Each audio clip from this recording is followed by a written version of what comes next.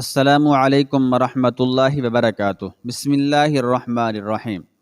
برہمن حکمران کی باقی فوج اور اس کا بیٹا آنند پال فرار ہو کر لاہور کی طرف بھاگ گیا، مگر محمود جے پال کو لے کر غزنی پہنچا اور دربار عام آراستہ کیا۔ سردار امین الدین، تمہاری بیوی اور بچی کا قاتل حاضر ہے۔ سلطان محمود نے سپہ سالار بلرام سنگھ کو مخاطب کرتے ہوئے کہا، میں نے اپنا وعدہ پورا کر دیا، اب تم جے پال کے ساتھ جو چاہو سلوک کرو۔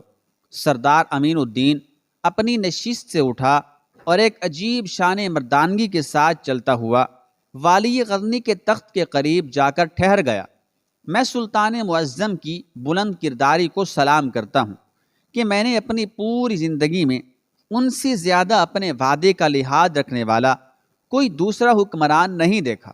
سردار امین الدین انتہائی پرجوش اور جذباتی لہجے میں بول رہا تھا، میری زندگی کی سب سے بڑی خواہش تھی کہ میں سرِ میدان جے پال کا مقابلہ کرتا اور اس کے خون سے اپنے ناآسودہ جذبوں کی پیاس بجھاتا، مگر قسمت نے میرے حق میں فیصلہ صادر نہیں کیا۔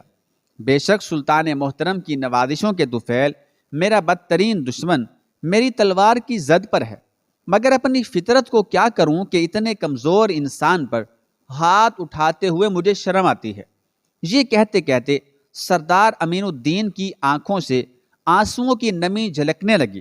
میں اپنی بے گناہ بیوی اور معصوم بچی کا قتل معاف کرتا ہوں، اب راجہ جے پال سلطنت غزنی کا مجرم ہے، سلطان والا اس کے ساتھ جو چاہیں سلوک کریں۔ اتنا کہہ کر سردار امین الدین الٹے قدموں چلتا ہوا اپنی نشست پر جا کر دوبارہ بیٹھ گیا۔ کچھ دیر تک دربار پر گہرا سکوت طاری رہا، پھر محمود نے سلطانی نقیب کو اشارہ کیا۔ نقیب نے بآواز بلند راجہ جے پال کی بدعہدی اور اسلام دشمنی کی تفصیلات بیان کی۔ پھر نقیب خاموش ہوا تو سلطان محمود انتہائی غضبناک لہجے میں راجہ جے پال سے مخاطب ہوا، اپنی بدعہدیوں اور عیاریوں کو یاد کر اور پھر بتا کہ مسلمانوں کا یہ امیر تیرے ساتھ کیا سلوک کرے۔ حالت اسیری میں راجہ جے پال کا سارا برہمنی غرور ریت کے ذروں کی طرح بکھر گیا تھا۔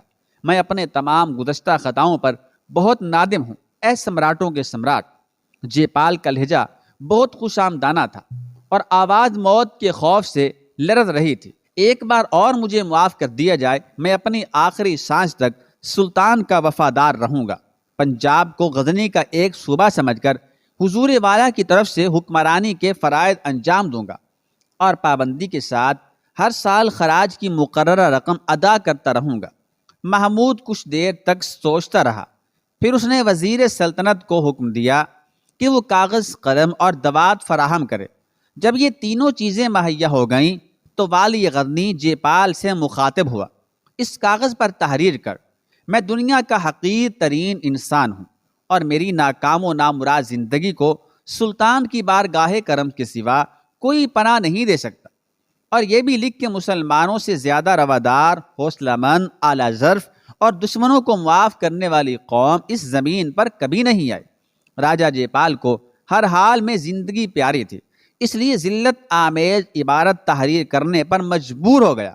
محمود نے اپنے جلاد کو حکم دیا کہ وہ جلتے ہوئے فولاذ سے جے پال کی پیشانی داغ دے تاکہ اس کی اہل قوم اسے دیکھیں تو بے ساختہ پکار اٹھیں کہ وہ آ رہا ہے سلطان محمود غزنوی کا غلام۔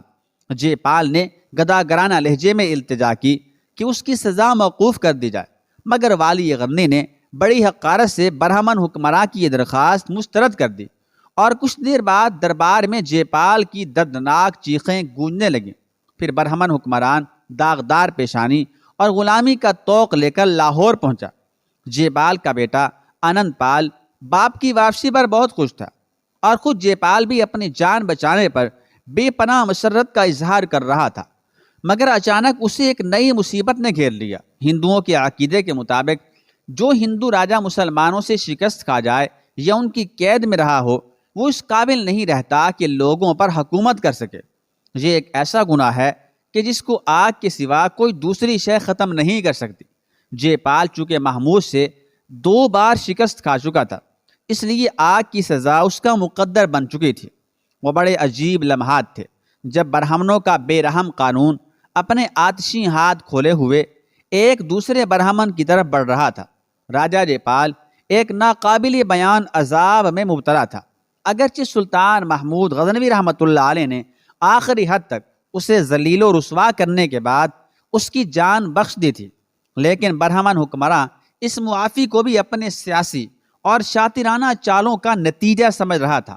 والی غزنی کے سلسلے میں جے پال کا یار ذہن پھر کوئی ہیلا تراشنے والا تھا، مگر برہمنوں کے بنائے ہوئے قانون نے اسے جکڑ لیا۔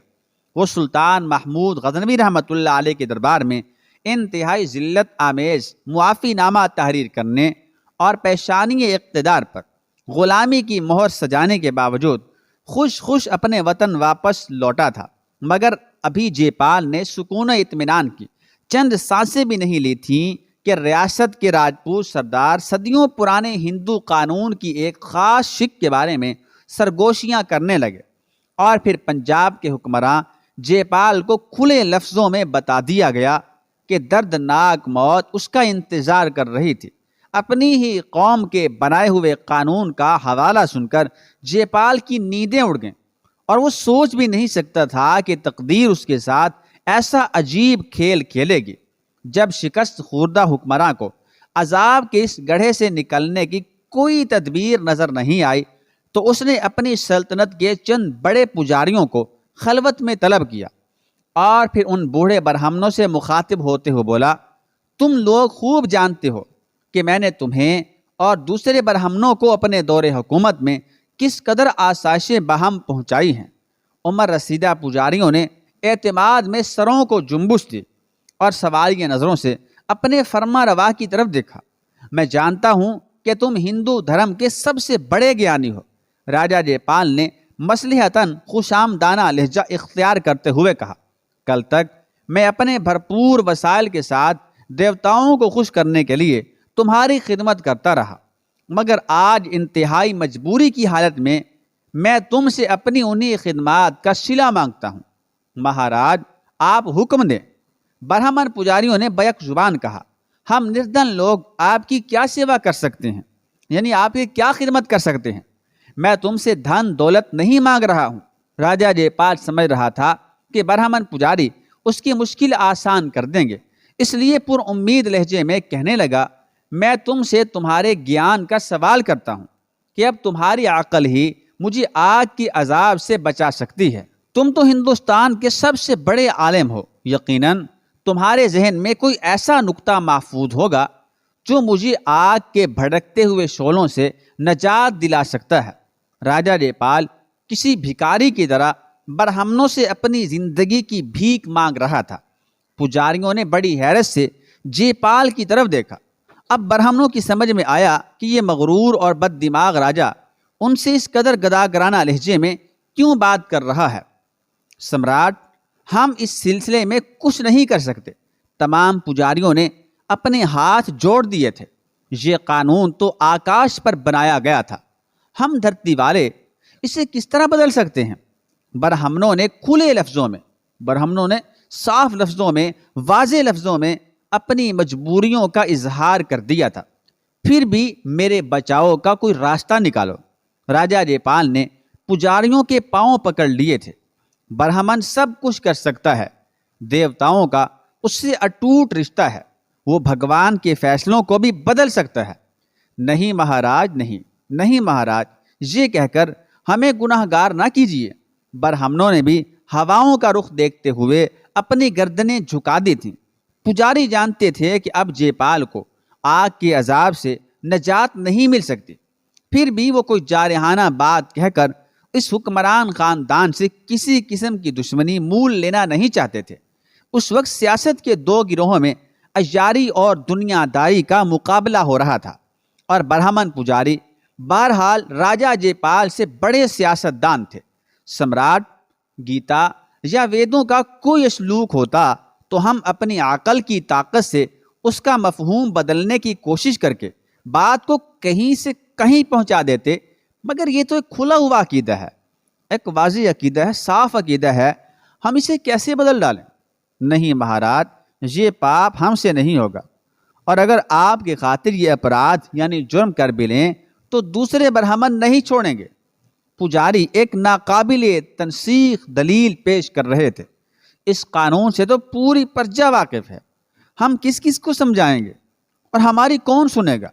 راجہ جے پال نے پجاریوں کو قیمتی زر و جواہر کی پیشکش بھی کی، مگر وہ انکار کرتے رہے، یہاں تک کہ پنجاب کے حکمران نے غصے میں آ کر برہمن گیانیوں کو اپنے خلوت کدے سے نکال دیا اور ایک بار پھر خود ہی اس مسئلے کا حل ڈھونڈنے لگا۔ راجہ جے پال نے اپنے اعصاب کو پرسکون رکھنے کے لیے ساری رات شراب پی اور قانون شکنی کے مختلف طریقوں پر غور کرتا رہا کہ کاش میں مسلمان ہو جاتا اور اس طرح اس کی زندگی بھی آگ سے محفوظ رہتی، مگر پھر تھوڑی دیر بعد ہی اپنے ذہن سے ان پریشان خیالات کو جھٹک دیتا اور بڑبڑانے لگتا۔ پھر جب وحشت دل حد سے بڑھی تو جے پال اپنے ولی عہد سلطنت انند پال کو مخاطب کر کے سرگوشیوں میں کہنے لگا، بیٹے تم ہی اپنے باپ کی مکتی کے لیے کوئی راستہ نکالو۔ انند پال بظاہر بہت غم زدہ نظر آ رہا تھا، مگر اس کی دلی خواہش یہی تھی کہ جے پال جلد از جلد پرلوک سدھارے اور وہ خود دولت اور اقتدار کی بھرپور لذت حاصل کر سکے۔ شوق حکمرانی بھی کیا شے ہے کہ بیٹا باپ کی ہلاکت کی دعائیں کر رہا تھا۔ پتا جی، آپ کا یہ داس آکاش کی نیتی کو کیسے بدل سکتا ہے؟ آنند پال بڑے عیارانہ لہجے میں بول رہا تھا۔ اب اس کا ایک ہی اپائے ہے کہ میں آپ کی جگہ اس دہکتی ہوئی اگنی میں جل جاؤں۔ آنند پال نے انتہائی جانشاری کا مظاہرہ کیا تھا، لیکن اس پر یہ حقیقت خوب روشن تھی کہ ہندو دھرم کے محافظ اس کے اس بلیدان کو ہرگز سویکار نہیں کریں گے۔ نہیں میرے بیٹے، یہ ممکن نہیں ہے، تم سدا سکھی رہو، میرا کیا ہے، مجھے تو ایک دن اس سنسار سے جانا ہی پڑے گا۔ اگرچہ راجہ جے پال اپنے بیٹے کو درازی عمر کی دعائیں دے رہا تھا، مگر اس کے دل کی گہرائیوں میں یہی ایک تمنا کروٹیں لے رہی تھی کہ کاش ایسا ہوتا اور ہندوؤں کا قانون آنند پال کی قربانی تسلیم کر لیتا۔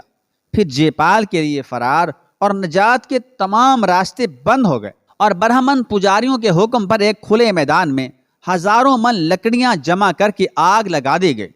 قانون کے مطابق اس آگ کو 3 دن مسلسل بھڑکنا تھا اور پھر چوتھے دن راجہ جے پال کو اس آگ کی خوراک بن جانا تھا۔ برہمن حکمراں پر اس کی زندگی کی آخری رات بہت گراں گزری تھی۔ وہ اپنے تنہا کمرے میں سیاسی تمناؤں کا ماتم کر رہا تھا۔ ہائے لذت و نشاط میں ڈوبی ہوئی یہ پرخمار زندگی، یہ مرصع تخت، یہ تاج زرنگار، یہ صف بصف ہزاروں سپاہی، زرق برق لباس، یہ نوادرات کے ذخیرے، یہ سیم و زر کے انبار، کیا سب کچھ فنا ہو جائے گا؟ راجہ جے پال نے خود کلامی کے انداز میں کہا، نہیں، کچھ بھی فنا نہیں ہوگا، موت کو بس تیری ضرورت ہے۔ برہمن حکمراں خود ہی اپنے سوال کا جواب دے رہا تھا، یہ بے وفا دنیا یوں ہی رہے گی، یہی نشاط خیز ہنگامے ہوں گے، یہی لذت آمیز تماشے ہوں گے، بس ایک تو نہیں ہوگا جے پال۔ پنجاب کے فرما روا نے ایک آہ سرد کھینچی، اسے اپنا دل ڈوبتا ہوا محسوس ہوا اور پھر اس کی آنکھوں سے آنسو بہنے لگے۔ افسوس، آئے تھے دنیا میں اس کے لیے، کوئی ایسے بھی دنیا سے رخصت ہوتا ہے؟ یکایک جے پال چیخنے لگا، ایشور، تو نے یہ کیا کر دیا؟ میں تو اس زمین پر تیرا پیغام لے کر آیا تھا، کیا تو نے نہیں دیکھا کہ میں تیرے اس پیغام کو لے کر بستی بستی پھرا، گھر گھر پہنچا، تجھے مندروں میں سب سے اونچے مقام پر بٹھایا، اور پھر تو نے مجھ کو اتنی پستیوں میں اتار دیا؟ برہمن کی معزز اور محترم اولاد کے ساتھ یہ سلوک؟ بھگوان، تو نے میرے ساتھ انصاف نہیں کیا، ایک پجاری کی خدمات کا اتنا بھیانک صلہ۔ راجہ جے پال کو اپنے مظالم یاد نہیں تھے، بس وہ بھگوان اور دیوتاؤں کی بے رحمی کی شکایت کر رہا تھا اور دیوانگی کے عالم میں دیواروں پر اپنا سر مار رہا تھا۔